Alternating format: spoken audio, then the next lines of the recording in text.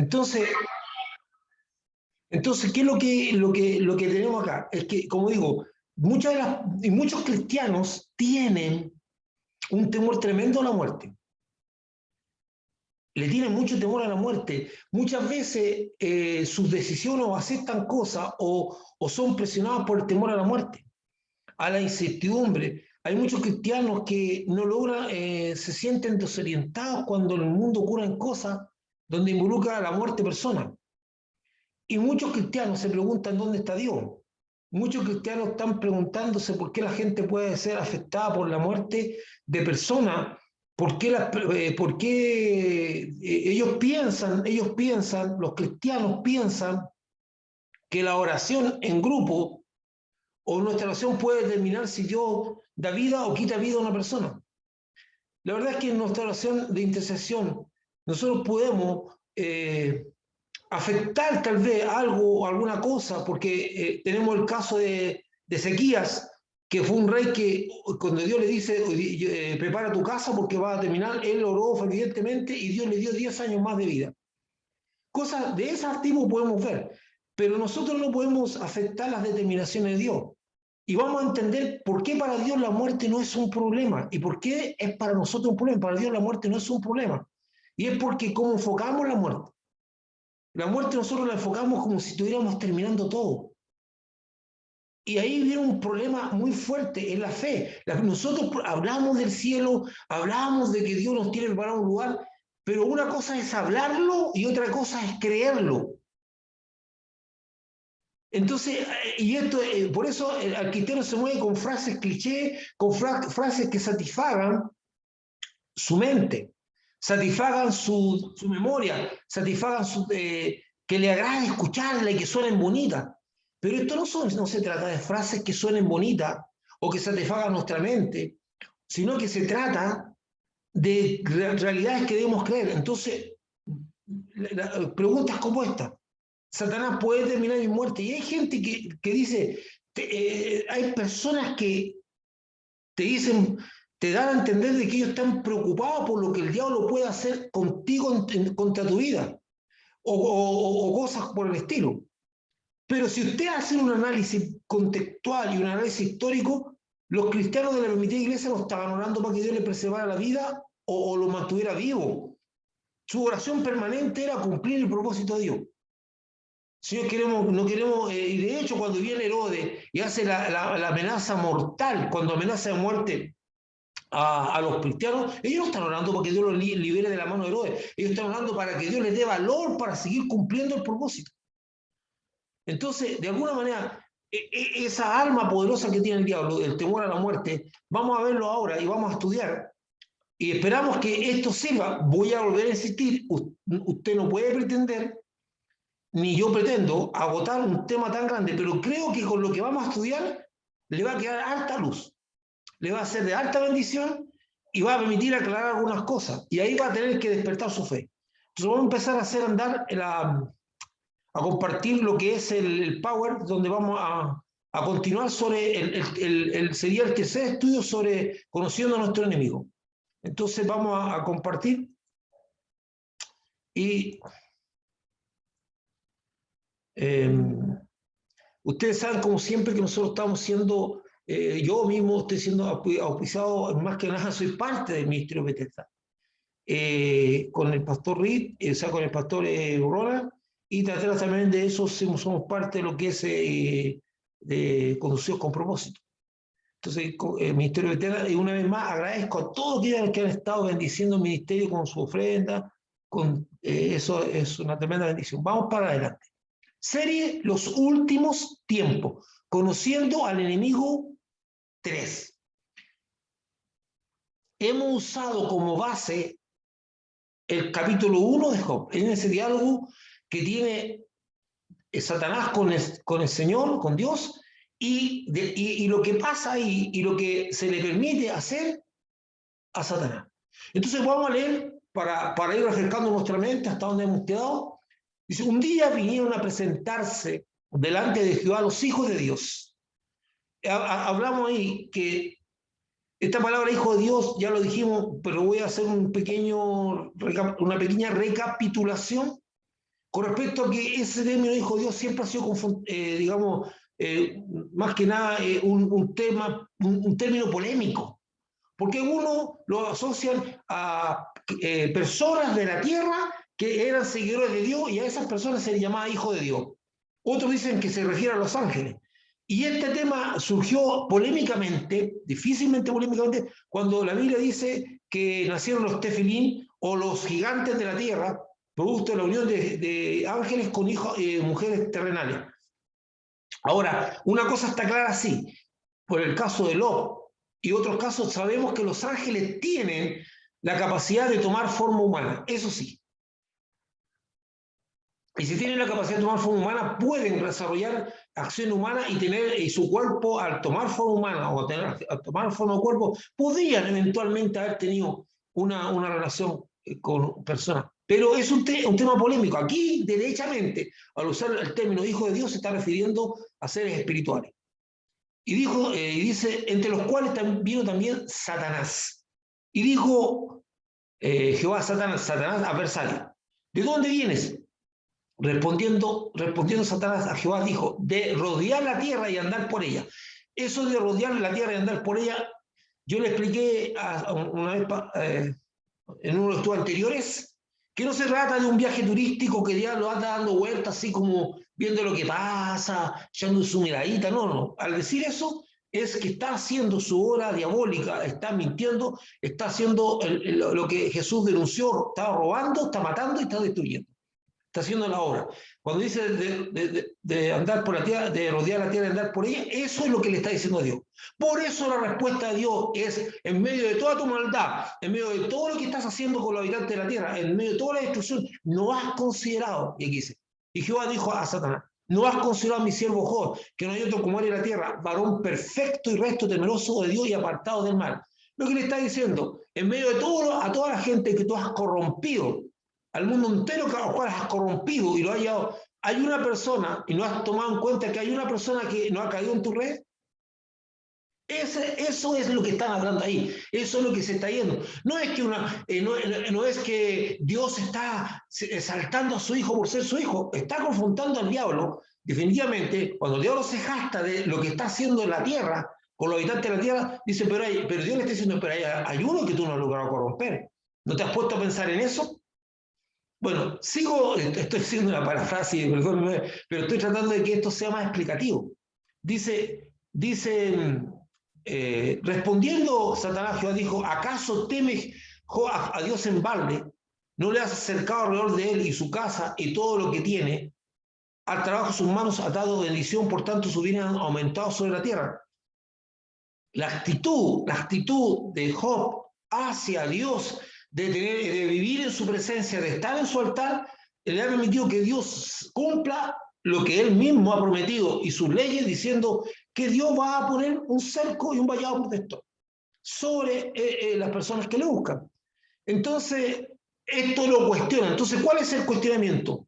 El cuestionamiento que hace Satanás, que esto que está escrito aquí, esta situación que permitió Dios, esto que se escribió, es para que nosotros podamos entender que es una gran verdad. Satanás cuestiona que Job sea fiel a Dios porque está bien puesto. Ahora dice, ¿qué pasaría si este hombre que te es fiel, o esta mujer, vamos a empezar en un cristiano cualquiera, una mujer, un hombre, que te son fieles, quítale tú, en un momento, sácale tú las condiciones de protección y de bendición, y veamos si te siguen siendo fieles.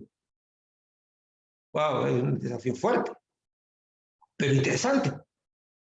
Porque usted escuchaba a los cristianos, están llenos de promesas para con Dios.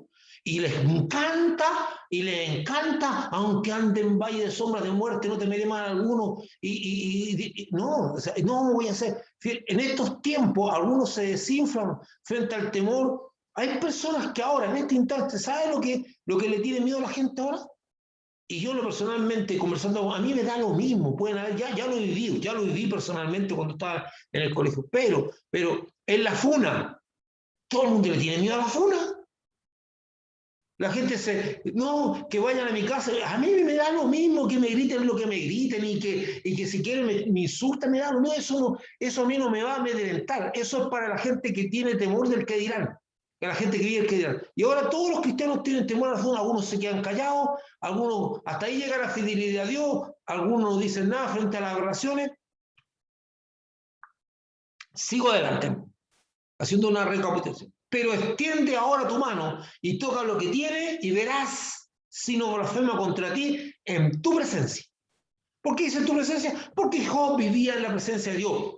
Hacía un altar, encendía fuego, hacía su sacrificio, constantemente conversando con Dios. O sea, él era una persona dependiente de Dios. Dijo Jehová a Satanás, he aquí todo lo que tiene está en tu mano.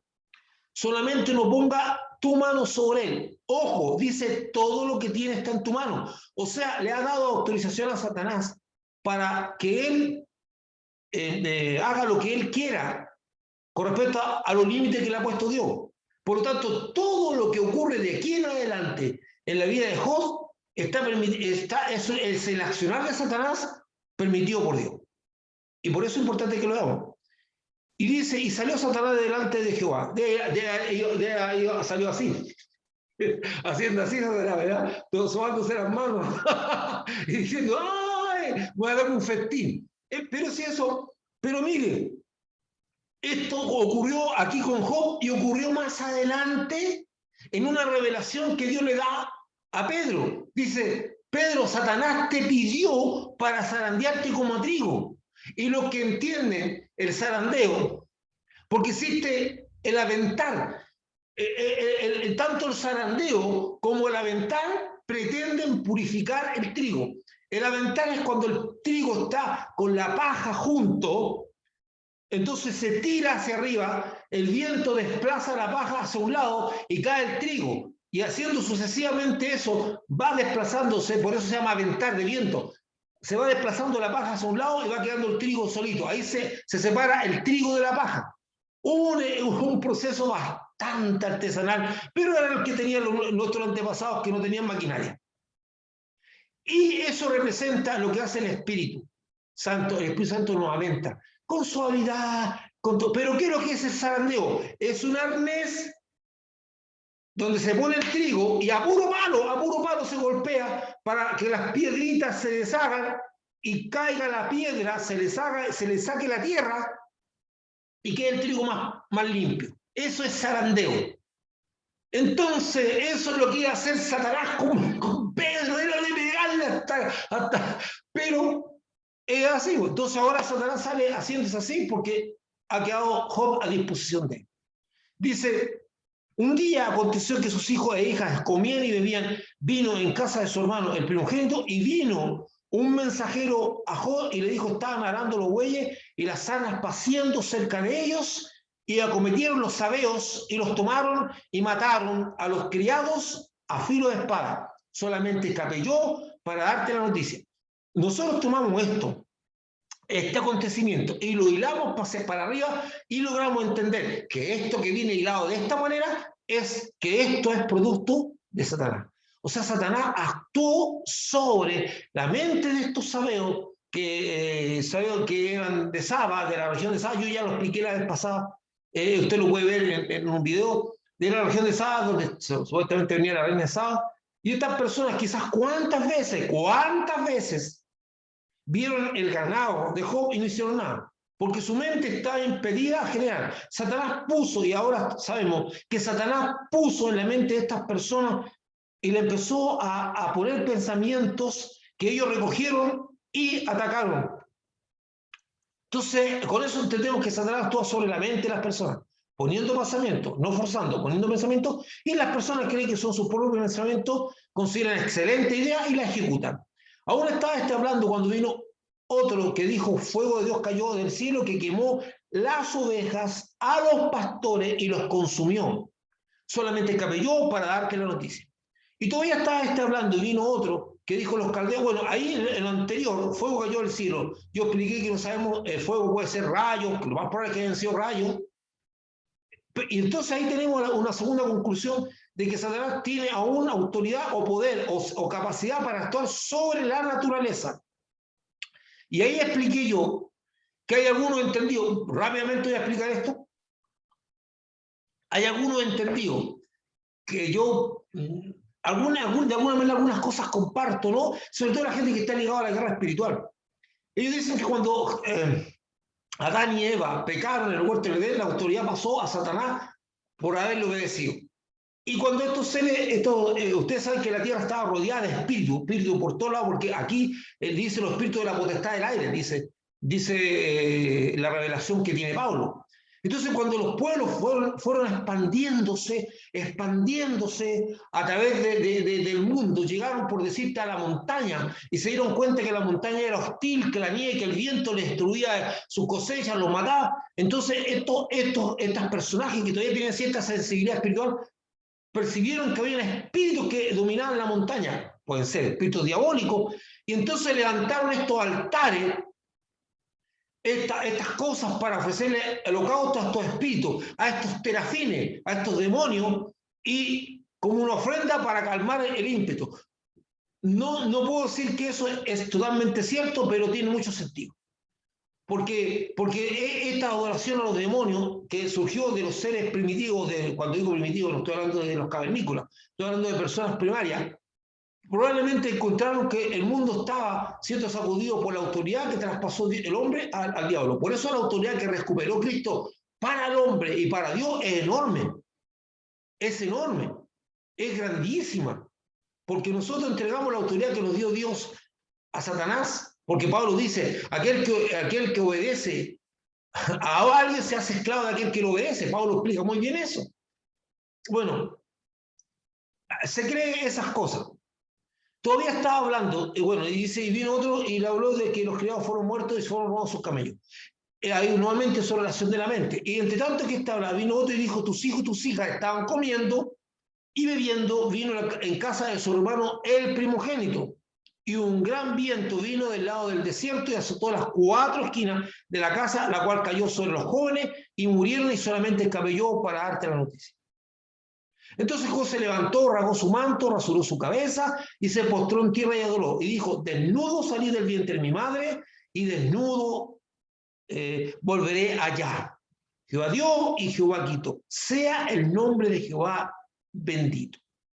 En todo esto no pecó ni atribuyó a Dios despropósito alguno. Importante eso. No atribuyó a Dios una mala intención alguna, no atribuyó a Dios que Dios quería, como que se cansó de Job y ahora le estaba dando duro. No pensó eso. Dice, aconteció que otro día vinieron los hijos de Dios para presentarse delante de Jehová, y Satanás vino también entre ellos, presentándose delante de Jehová. Y dijo Jehová a Satanás, ¿de dónde viene? La misma pregunta, ¿verdad? Entonces respondió Satanás a Jehová y dijo, de rodear la tierra y de andar por ella. Eso ya se lo expliqué. Y Jehová dijo a Satanás, ¿no has considerado a mi siervo Job, que no hay otro como él en la tierra, varón perfecto y recto, temeroso de Dios y apartado del mal, y que todavía, dice, retiene su integridad, aun cuando me incitaste contra él para que lo arruinara sin causa? Esto es bien, lo voy a explicar un poquito. ¿Acaso Dios puede ser tentado? Veamos. Respondiendo Satanás dijo a Jehová, piel por piel, todo lo que el hombre tiene dará por su vida. Pero extiende ahora tu mano y toca su hueso y su carne, y verás si no blasfema contra ti en tu misma presencia. Y Jehová dijo a Satanás, he aquí, él está en tu mano, mas guarda su vida. Es interesante, 2 veces le dice, guarda su vida. O sea que si Dios le está diciendo a Satanás que guarde su vida, es porque él tiene capacidad sobre la vida de las personas. Capacidad, no determinación. Aquí queda claro que el que determina es Dios. Dice, entonces salió Satanás de la presencia de Jehová, e hirió a Job con una sarna maligna desde la planta del pie hasta la coronilla de la cabeza. Y tomaba Job un tiesto para rascarse con él, y estaba sentado en medio de ceniza.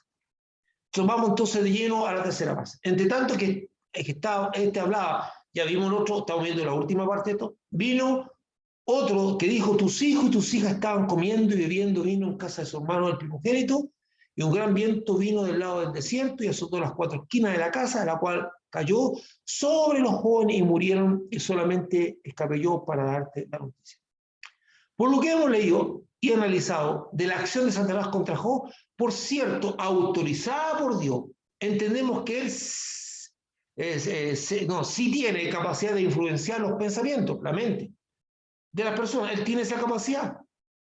Y también puede controlar los fenómenos de la naturaleza para ir contra el hombre. O sea, dos cosas quedaron claras. Él manipuló los fenómenos de la naturaleza, ya sea rayos, volcanes, cualquier cosa, porque cayó fuego del cielo, después un viento fuertísimo, plum, que se vino. Entonces a lo mejor podemos ahí entender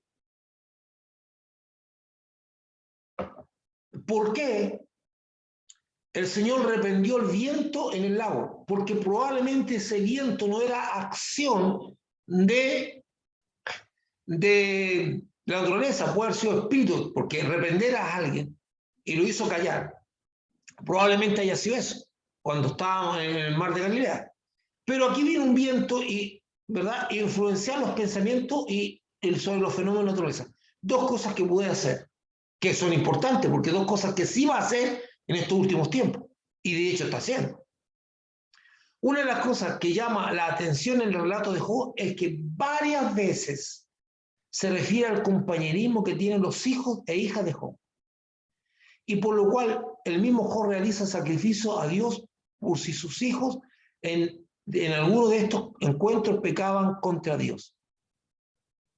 Al parecer Job había fortalecido la unidad de sus hijos, cosa que no se ve en los relatos de otros personajes de la bíblica, donde se describen las relaciones entre los hermanos basadas en envidia, violaciones, asesinatos, maquinaciones, etc. Esto es muy especial, porque nosotros podemos ver la relación de Jacob con Esaú llena de engaños, para aquí, para acá, por ahí, para allá. Vemos los hijos de Job, de los hijos de Jacob, que ellos tienen rencillas permanentes, uno envidia al otro y mandan a José y lo venden. Vemos el relato de uno de los hijos de David que viola a su hermana. Vemos el asesinato en venganza, o sea, y ahí los padres, o sea, esto que suena aquí era que compartían con las hermanas, con los hermanos, de alguna manera, tal vez, esa incapacidad reconocida de Job, de decir yo no puedo con esto, pero Dios sí puede con esto, revela que Job pasaba en el altar de Dios, que es una clave. Muchas veces Dios nos ayuda en nuestra debilidad porque realmente lidiar con personas o cosas así es difícil, pero Job pasa en el altar pidiendo por sus hijos, y eso, ¿sabe lo que significa? Un reconocimiento real, de decir yo no puedo. Yo quería hacer este pequeño alcance porque normalmente los relatos bíblicos con respecto a los hermanos siempre no son muy buenos. Muestran una naturaleza, pero aquí vemos que incluso integraban a su hermano. Y parece que los jóvenes lo pasaban bastante bien, porque no dice otra cosa la Biblia. Y vamos para adelante. Otra vez tenemos la acción de Satanás sobre la naturaleza, porque este intenso viento que provocó el derrumbe del lugar fue provocado por Satanás. Y esto confirma lo que antes leímos, cuando hace descender fuego del cielo y destruye el ganado. Ante esta realidad nunca debemos olvidar que el control total lo tiene Dios, lo tiene Jesucristo, lo tiene el Espíritu Santo, y no ocurre nada en el universo sin que esté en los planes y propósitos de Dios trino. Satanás tiene a sus hijos agarrados y hace lo que quiere con ellos. Pero usted es un hijo de Dios y él no determina sobre su vida. De hecho, él no determina nada. Si él está y tiene tomado a los hijos a los que están sin Dios, a sus hijos, a los hijos del demonio, es porque Dios lo ha entregado a ellos. De hecho, dice que nosotros, cuando aceptamos a Cristo, somos trasladados del reino de las tinieblas a la luz admirable de Jesucristo. O sea, hay un reino de las tinieblas donde hay personas de este mundo que están siendo gobernados en ese reino de las tinieblas sin que estas personas sepan, donde hay muchos pensamientos que elaboran en su mente para ir contra Dios, para generar cultura de todo tipo, hasta homosexual, hasta corrupta, hasta una cultura ocultista, todo eso que el mundo le encanta ahora, está generado por Satanás y puesto en la mente de las personas, y hay gente que le agrada eso. Y son hijos, no ven la luz. Entonces, cuando nosotros somos impactados, cuando somos trasladados del mundo del reino de las tinieblas a la luz admirable de Jesucristo, al reino del Señor. O sea, dice reino de las tinieblas. Veamos. Ahora viene una de las cosas más difíciles de entender y aceptar. La muerte de los hijos de Job. ¿Qué potestad tiene Satanás sobre el término de la vida física de las personas? ¿Satanás puede provocar la muerte de una persona? Por lo que hemos leído, hasta este instante, las acciones de Satanás han provocado la muerte física de los criados y siervos e hijos de Job. O sea, de pronto ese fue al cielo y mató a los criados. De pronto atacaron las tribus y mataron, o sea, robaron el ganado y mataron a los siervos y criados. O sea, mataron personas. Satanás provocó la muerte de los criados, los siervos, y termina con los hijos. Por lo que hemos leído hasta este instante, las acciones de Satanás han provocado la muerte física de los criados, siervos e hijos de Job. Y esto nos dice claramente que Satanás puede causar la muerte de una persona. Ahora la pregunta que debemos responder es, ¿puede Satanás determinar la muerte de una persona? Sabemos que la puede provocar, pero eso no es el elemento. Cualquier cosa puede provocar una muerte. La pregunta es, ¿él puede determinar la muerte? Vamos a leer algunos textos. Veamos, voy a leer unos textos que son aclaratorios, porque las preguntas de la Biblia las debemos responder con la Biblia.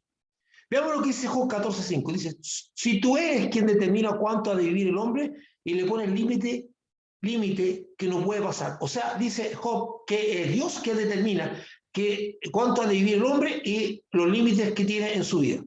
En 1 Samuel 2:6 dice, del Señor viene la muerte y la vida. Él nos hace bajar al sepulcro, pero también nos levanta. Y tercero, tomé estos tres textos más, dice, en Deuteronomio, perdón, el primer texto lo leí en la Biblia, Dios habla hoy. El segundo texto lo leí en la versión, la Biblia al día. Y el tercer texto en la versión latinoamericana del año 95. Dice, vean ahora que yo soy y que no hay más Dios que yo. Yo doy la muerte y la vida. Yo hiero y soy yo mismo el que sano. Y no hay quien se libre de mi mano. Ese texto es determinante con respecto a quién determina la vida y la muerte. No es más que Dios. No es más que Dios. Y Él determina cuánto hemos de vivir y cuánto tiempo. Él va a hacernos bajar al sepulcro. No, Satanás no tiene ese poder. La respuesta la encontramos en la Biblia. Al leer Job 14:5, 1 Samuel 2:6 y Deuteronomio 32:29. Entre otros textos, podemos afirmar definitivamente que Satanás no puede determinar la muerte de nadie, pero sí la puede ejecutar. No puede determinar, pero sí ejecutarla. Eso es interesante.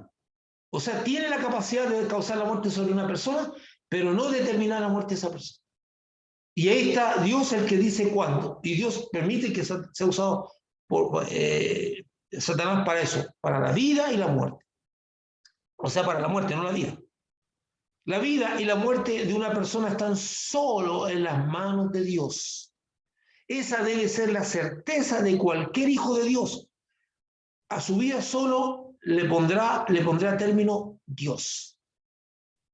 Dios solamente le pondrá término. Dios dirá hasta cuándo usted vive en esta tierra, en qué momento le va a decir terminó tu tiempo acá y nos vamos. Eso es una cosa que debe tener súper importante.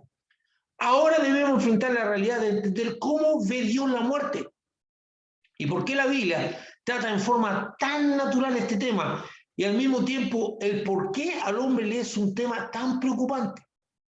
La Biblia habla de muerte, de repente en batalla murieron 10.000 y uno como que dice 10.000 muertos. Y de repente como que la mente de uno no quiere ni siquiera pensar en esa cantidad de gente, porque 10.000 muertos es como una ciudad entera, un pueblo entero muerto ahí en el suelo. De repente habla de 100.000 muertos, un tercio de la población de Valparaíso, del Gran Valparaíso. O sea, estamos hablando de cantidad enorme. ¿Y cómo es que la Biblia trabaja tan livianamente? Y de repente muerte acá, y de repente y nosotros valoramos muy fuertemente y nos aferramos a esta vida, y nos aferramos con desesperación a esta vida, como si fuera lo último, siendo que somos hijos de Dios. No logramos muchas veces entender lo que es la muerte. Hasta que un hijo de Dios madura ese concepto en su corazón, más que madurarlo, está revelado, va a tener preocupación. La palabra muerte en la Biblia está referida a dos maneras diferentes: la muerte espiritual y la muerte física. La muerte espiritual no es por ahora nuestro tema. No estamos viendo la muerte, pero la Biblia dice en Ezequiel 18:20, el alma que pecare, morirá. Y ahí está hablando de muerte espiritual. Entonces el tema de la muerte, la Biblia lo trata con una tranquilidad enorme. Ahora, ¿qué es innegable? La muerte llegará tarde o temprano a cada persona, a no ser que Jesucristo vuelva antes de morir. Pero lo más probable es que la muerte nos alcanzará. Para Dios la vida en esta tierra es un fideicomiso. ¿Qué es lo que es un fideicomiso? Una asignación temporal, una asignación que tiene un tiempo determinado, donde se nos ha dado cosas que administrar, se nos ha dado nuestro cuerpo, nuestra mente, nuestra vida, nuestro ser entero para administrar, y se nos ha añadido también la vida de otras personas que son nuestros hijos, nuestros parientes, nuestros padres, los que nos rodean. Se nos ha dado también otras personas que son nuestros hermanos y también nuestro prójimo. O sea, se nos dio una asignación temporal. La vida en esta tierra es una asignación temporal. La realidad es que terminado ese tiempo, nosotros tendremos que traspasar la barrera de la muerte. Es una realidad. ¿Usted quiere no pensar en eso? Es cosa de usted, pero es la realidad. Todos tendremos que pasar en un momento. Nosotros hemos sido testigos de la partida de muchas personas queridas por nosotros, hemos estado presentes y algún día otros serán testigos de nuestra partida. Esa es nuestra realidad. Lo que pasa es que ninguno de los que está aquí presente tiene una certeza o es testigo de lo que va a pasar con los muertos. Solamente la palabra de Dios, a la cual recibimos por fe de lo que va a pasar. Y eso es algo muy interesante, muy terrible, muy fuerte, de no saber la evidencia física de lo que viene. Solamente porque la evidencia física no puede estar, porque lo que viene es espiritual, no es físico. Pero para Dios la vida en esta tierra es un fideicomiso, es decir, una asignación temporal, porque nuestro destino no es esta tierra, sino que esta tierra es el lugar donde desarrollamos nuestra asignación temporal y donde se determina nuestro futuro eterno. Eso es lo que vivimos en esta tierra. Entonces, Jesucristo enseña que la vida no se termina con la muerte. Jesucristo enseña que la vida no se termina con la muerte. La muerte es el paso absolutamente necesario hacia la vida eterna. Tenemos que pasar por la muerte. El Juan Bullan le habla del río, de lo que le costó al peregrino cruzar el río, ¿verdad? Porque empiezan las dudas, la incerteza, pero el Señor trae paz también al momento de ir a su encuentro. Entonces Jesucristo lo explica. ¿Cómo lo explica?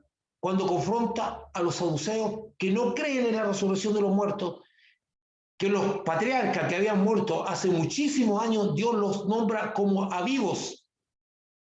Así nace, perdón. Porque al morir no terminó su existencia, sino que continuaron su existencia en una dimensión y lugar determinado por Dios. No sabemos en qué dimensión y en qué lugar. Nosotros no sabemos. No sabemos en qué lugar están, en qué dimensión están, pero están en otra dimensión. Entonces, Jesucristo dice, el Dios de Abraham, el Dios de Isaac, de Jacob, y Dios no es un Dios de muerto, es un Dios de vivo. Entonces está hablando como yo de vivo. Dios dice, esto en la muerte es un paso hacia otra condición. Por eso a Dios no le complica. Pero respuesta a la relación de los muertos, ¿no habéis leído lo que os fue dicho por Dios cuando dijo, yo soy el Dios de Abraham, el Dios de Isaac y el Dios de Jacob? Dios no es Dios de muertos, sino de vivos. Entonces la muerte para Dios no es un problema y los tiempos lo determina Él conforme a su propósito. La conclusión es clara. Para Dios la muerte no es un problema, sino una puerta. Por eso el Señor autoriza a Satanás a terminar con la vida de los hijos de Job, porque los hijos de Job le pertenecen a Dios y es Dios quien los hace cruzar el umbral de este mundo a la eternidad y no es Satanás que los aniquila. Es Dios que decidió que los muchachos tenían que ir a su encuentro con él. Los trajo de vuelta, los trajo a su regazo, los llamó para cruzar el umbral, pero ellos no dejaron de existir. Los hijos de Job no se terminaron, cruzaron un umbral. Por eso para Dios no es un problema. Y es lo que tocó vivir. De repente un niño vive 3 días, un mes, 3 años, 5 años, 10 años. Dios determina cuándo se cumple el plazo que Él y los propósitos que Él determinó para las personas. Pero como la persona no está aniquilada, como la persona no se le ha puesto fin a su vida, a su existencia, sino que ha cruzado de un umbral a otro, para Dios no es un problema. El problema es para nosotros. ¿Y qué problema tenemos nosotros, los que llevamos a esta tierra? Es que dejamos de gozar de la presencia. No es que la otra persona esté mal, no lo sabemos, porque hay algunos que salen al infierno, eso es verdad. No sabemos, sino que nosotros dejamos de contar con esa persona para poder disfrutarla, entre comillas. Es un egoísmo personal, una condición que nosotros queremos porque estamos acostumbrados, porque nos gusta, por cualquier cosa. Porque necesitamos, porque emocionalmente dependemos de ella. No tengo idea cuáles son, pueden ser muchas razones. Pero no significa que el Hijo de Dios esté mal. Yo digo, hasta aquí llega tu asignación. Pablo, con una conciencia tan grande de esto, llega a decir cosas que suenan bonitas, pero parecen aberraciones. Pablo dice, para mí el vivir es Cristo y el morir es ganancia. ¿Cómo es posible que Pablo pueda ver ganancia? Porque él sabe que esta tierra, que el paso por esta tierra es un fideicomiso. Pablo dice, llega un momento de decir, yo estoy cansado ya, me quiero encontrar con Dios, pero aparentemente Dios cree que yo soy necesario en esta tierra para seguir proclamando a Cristo. Si es así, vamos, acepto la voluntad de Dios. Entonces es importante entender que la muerte es un paso de un lado para otro. Por eso Dios autoriza a Satanás a aniquilar los hijos de Job, entre comillas. Él cree que lo aniquiló, a matar a los hijos de Dios, porque Dios dijo, bueno, van a pasar la puerta a los muchachos. Satanás no está haciendo ni un mal.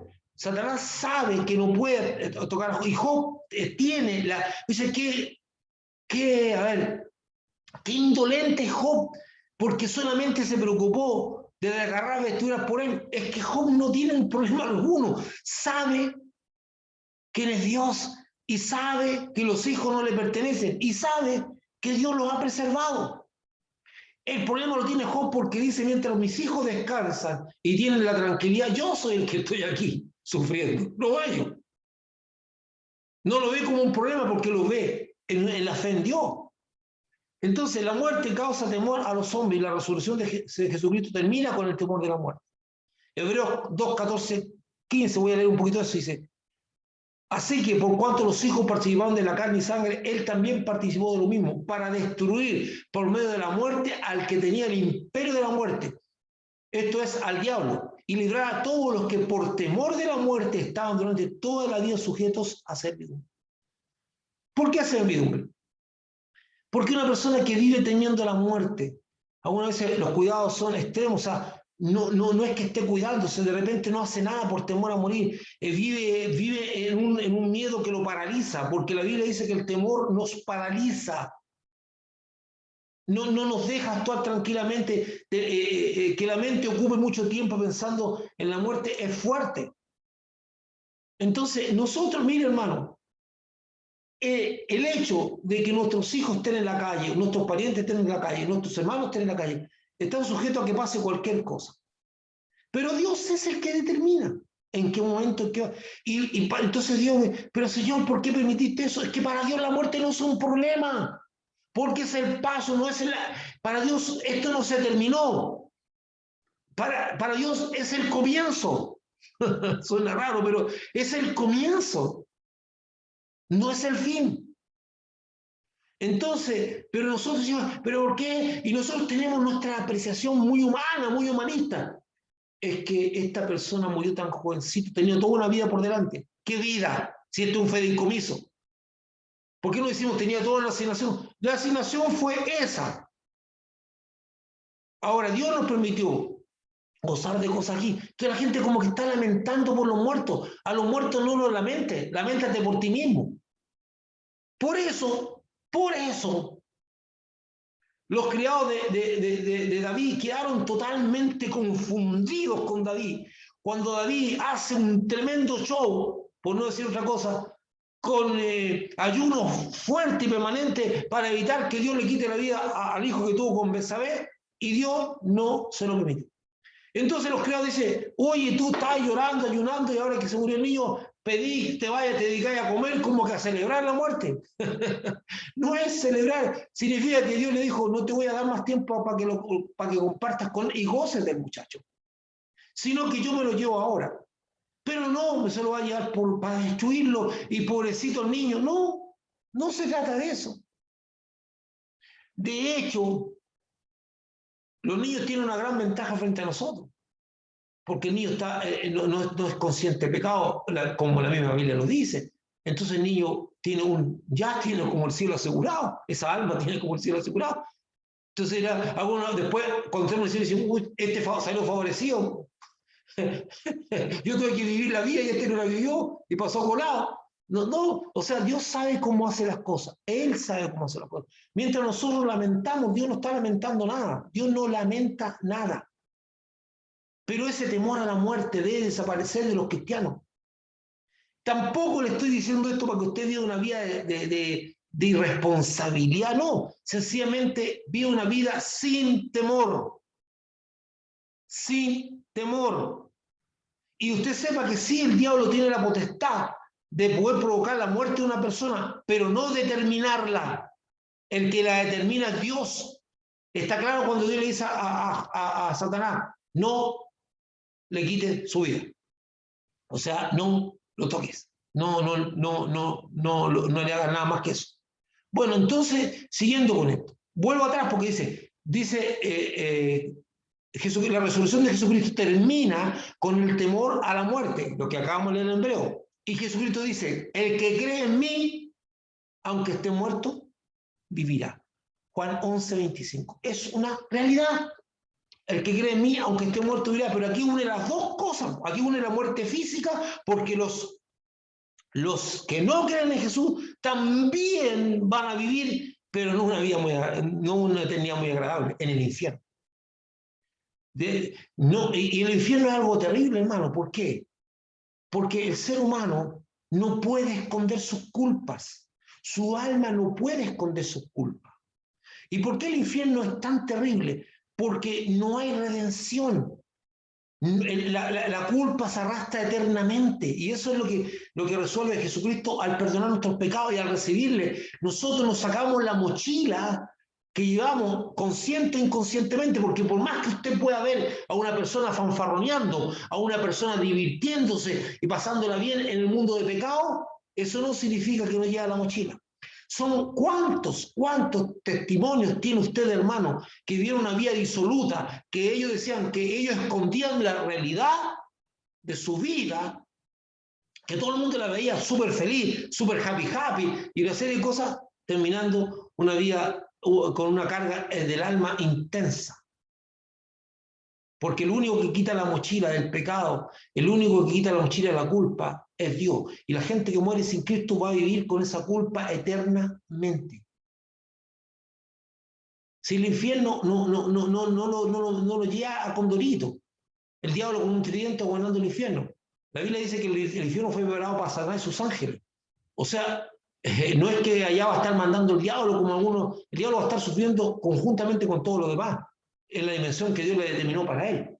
Pero el asunto es el siguiente, que nosotros caricaturizamos el asunto. Y cuando hablamos del agua o fuego, el fuego que no consume, que dice que quema pero no consume, el fuego de la zarza, es un fuego que es fuerte, un fuego de santidad, y que las personas no están preparadas porque no han sido redimidos. Entonces es un tormento eterno de culpa, de condiciones no perdonadas, de tormento. Y ahí por Colosenses el apóstol Pablo hace una exposición muy buena de lo que es realmente el infierno, ¿verdad? No la caricatura. Entonces cuando habla del lago de fuego, usted no puede pensar en un volcán, Usted no puede pensar en eso. Usted tiene que entender que hay una cosa espiritual más fuerte, ¿verdad? Una cosa que mantiene una sensación de culpa permanente, algo fuerte, una cosa que te consume. Entonces dice Jesucristo, el alma que peca, el que quiere en mí, aunque esté muerto, vivirá. Significa que va a vivir más que para resucitar y va a vivir una vida con él. Hebreos 2, 14, 15. Así que cuando los hijos participan de la carne y sangre y tal, también, no, perdón. Ya, sí, bueno, esto lo leímos, perdón, eso ya lo leímos. A continuación que otro día, dice, vinieron los hijos de Dios para presentarse delante de Jehová, y Satanás también, vino también Satanás entre ellos, presentándose delante de Jehová. Y dijo Jehová a Satanás, ¿de dónde vienes? Respondió Satanás a Jehová, de rodear la tierra y andar por ella. Y Jehová le dijo a Satanás, ¿no has considerado a mi siervo Job, que no hay otro como él en la tierra, varón perfecto, recto, temeroso de Dios y apartado del mal, que todavía retiene su integridad, aun cuando tú me incitaste contra él para que lo arruinara sin causa? Voy a hacer un pequeño paréntesis aquí. Eso que habla Dios de Job es una relación de amor. Job amaba a Dios. Dios no dio despropósito en Job, no dio despropósito a Dios por dos razones. Porque cuando tú has caminado con Dios, lo empiezas a conocer. Y Job caminó con Dios durante mucho tiempo y lo conocía. Y segundo, amaba a Dios. Por eso retuvo su integridad. Cuando una persona ama a otra persona, no va a hablar mal de ella, no va a decir cosas feas, aunque la otra persona no siempre haya pagado bien. No lo hizo. Entonces, dice, aun cuando tú me incitaste contra él para que lo arruinara sin causa. Respondió Satanás, dijo a Jehová, piel por piel, todo lo que el hombre tiene dará por su vida.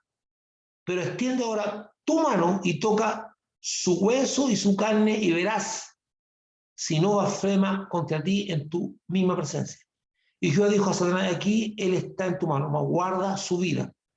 No tienes permiso para quitarle la vida, como lo hizo con los criados y como lo hizo con los hijos. Nuevamente se repite el diálogo de Satanás y Dios con respecto a Job. Satanás no logra corromper a Job, aun cuando lo somete a una presión emocional fuertísima. A lo que está sometido Job es una presión emocional muy fuerte, pero no lo logra corromper porque han muerto sus hijos, ha perdido bienes, todos son choques emocionales fuertes.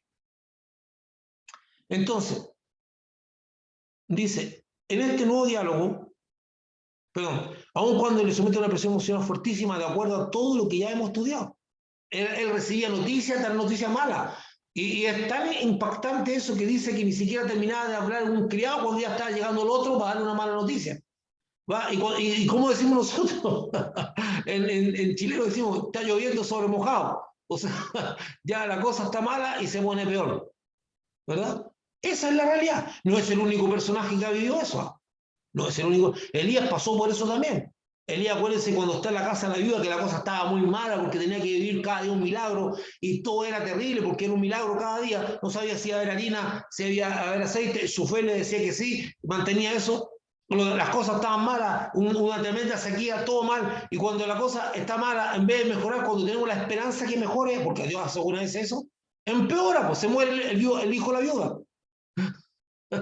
Y la vida empieza con sentimientos de culpa.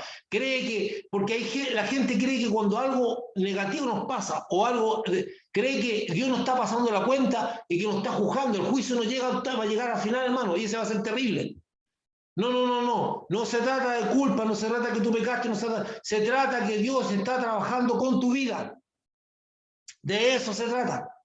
Dios está trabajando con la vida. Entonces ahí cuando las cosas andan mal, surgen los sentimientos de culpa. Y si usted sigue leyendo el relato de Job, va a encontrar que también en él surgió un sentimiento de culpa. Entonces no es el único personaje que ha sido sometido a la lluvia, a llover sobre mojado. Cosas que ocurren, no es el único. Y usted también lo va a vivir, y yo también lo voy a vivir. Todos lo vamos a vivir. Porque es la forma que Dios usa para que usted crezca como persona. Es la forma porque Dios, una vez más se lo digo, Dios no está ni va a estar nunca interesado en su comodidad. Está interesado en que usted crezca a la altura de Jesucristo. que crezca en la proporción de Jesucristo, no que usted esté cómodo. Entonces los cristianos viven pidiéndole a Dios comodidad. Estar bien en lo económico, estar bien en la salud, estar bien en esto, siempre comodidad. Pero le tengo una mala noticia. La comodidad no hace crecer, aburrieza, pero no hace crecer. La comodidad engorda, pero no hace crecer. La comodidad lo pone a usted desinteresado, pero no hace crecer. Es en los momentos difíciles cuando usted crece. Es en los momentos de adversidad cuando aparece lo que usted no tiene y lo que tiene que adquirir y Dios se lo empieza a formar en usted, en mí. Entonces, no podemos, tenemos que entender que la adversidad es parte del plan de Dios ahora. Dentro de eso, Jesús saca una frase para el bronce, que es una realidad. Dice, yo he venido para que tengan vida y vida en abundancia. La adversidad no te quita la vida abundante. La adversidad no te quita la vida abundante, porque la vida abundante está relacionada a cuán llena está tu alma del Señor, porque el Señor alimenta. Porque la Biblia dice que el alma clama por el Dios vivo. Mi alma tiene sed, ¿de qué? ¿De agua? Del Dios vivo. Entonces, la adversidad no te quita la vida abundante. No hay contradicción en eso.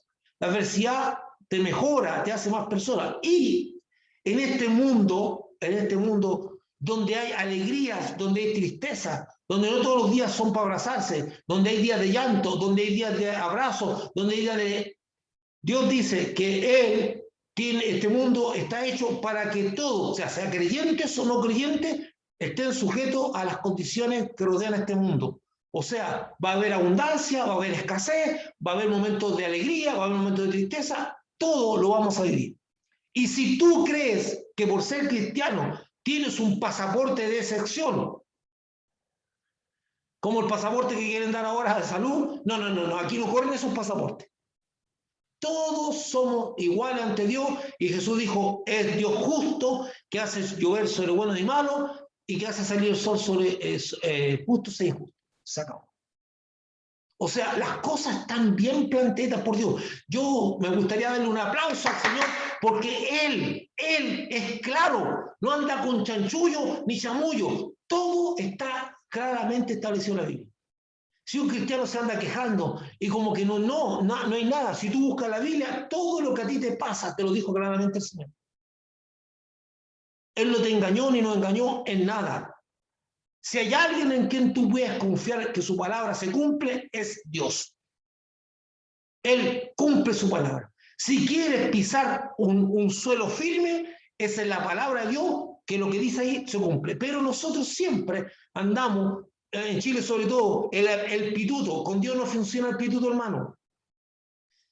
No funciona el pituto, no funciona la excepción. Tú sabes, pues Señor, a mí líbrame de esto, de que lo otro. No funciona eso con Dios. No hay pituto. Todos van a la fila. Aquí no hay pitutos que se meten por delante de la fila. Tú haces la fila como el resto.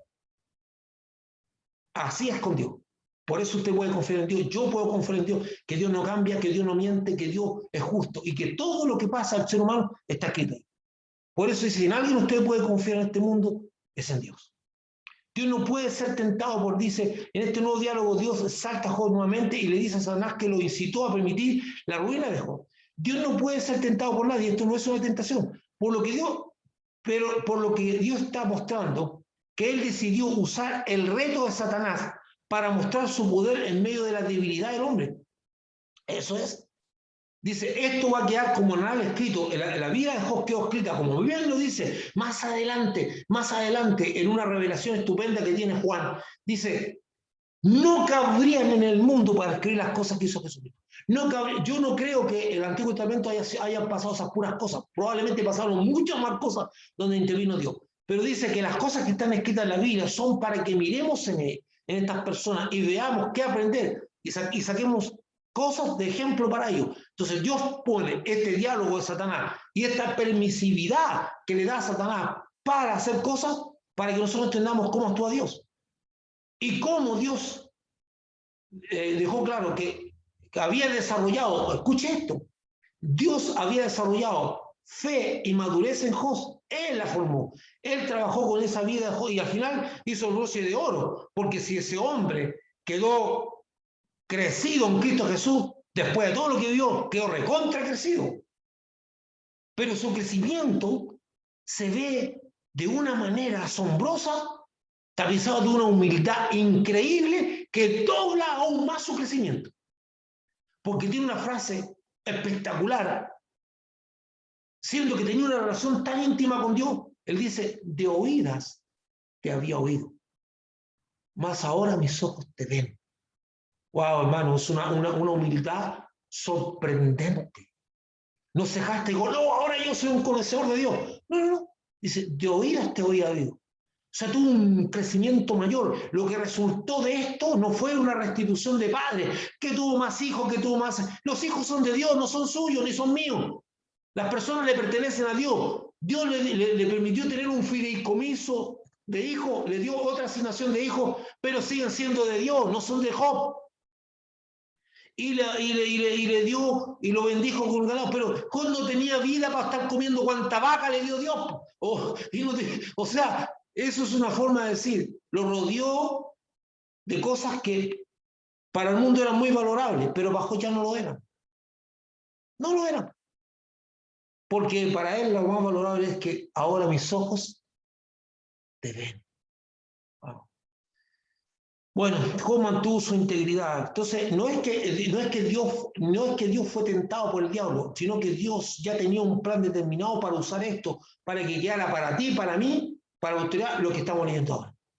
Job mantuvo su integridad en medio de sucesivas desgracias que tuvo que sufrir, todas provocadas por Satanás.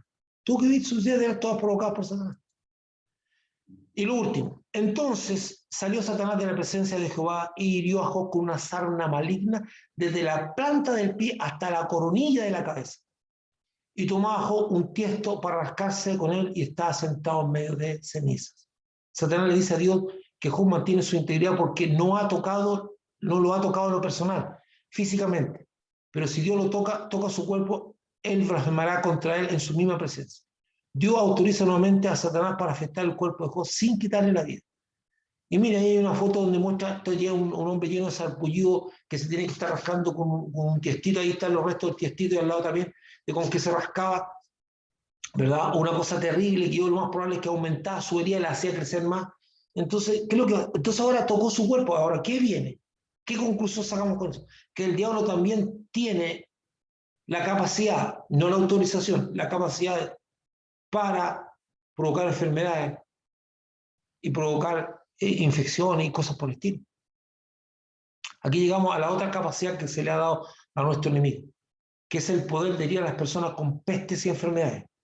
Es importante entender lo que puede hacer Satanás y sobre todo en comprender la capacidad que tiene de poner pensamiento en la mente de las personas, porque esta será la principal capacidad que usará para trastornar al mundo en los últimos tiempos.